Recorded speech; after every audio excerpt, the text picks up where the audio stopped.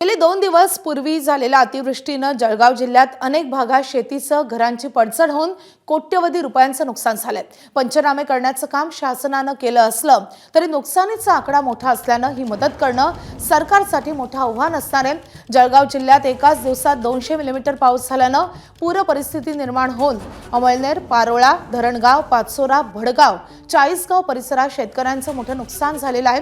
यावेळी हजारो हेक्टर क्षेत्रावरील केवळ पीकच वाहून गेलं नाही तर जमिनी देखील खरवडून गेल्यानं पुढील काळातही शेती नापीक झाल्यानं या शेतकऱ्यांना मोठा फटका बसलाय।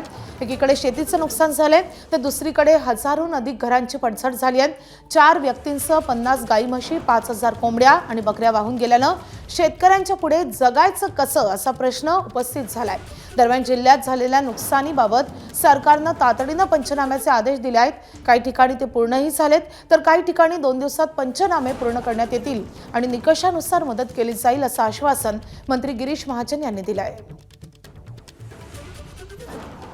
ते गोवंश असेल किंवा म्हैसवर्गीय प्राणी असतील ते मृत्युमुखी पडलेले आहेत। शेतीचं नुकसान झालेलं आहे, काही ठिकाणी जमिनी खरडून गेलेल्या आहेत, लोकांच्या घरामध्ये पाणी गेलेलं आपल्याला बऱ्याच ठिकाणी आढळून आलेलं आहे। काल मी स्वतः अमळनेरमध्ये पण प्रत्येक घरामध्ये जाऊन पाहणी केली तेव्हा बऱ्याच मोठ्या प्रमाणामध्ये जवळपास 500 तरी कमीत कमी घरांमध्ये पाणी गेल्याचं आपल्याला दिसून आलेलं आहे। शेतकऱ्यांचे नुकसान झालेलं आहे, सगळ्यांचे पंचनामे करण्याचे आदेश त्याच दिवशी त्या ठिकाणी दिलेले आहेत। सगळे पंचनामे आता होत आहेत, 2-3 दिवसापर्यंत सगळे पंचनामे होतील आणि जे एनडीआरएफच्या निकषानुसार जी मदत आहे ती सगळ्यांना त्या ठिकाणी दिली।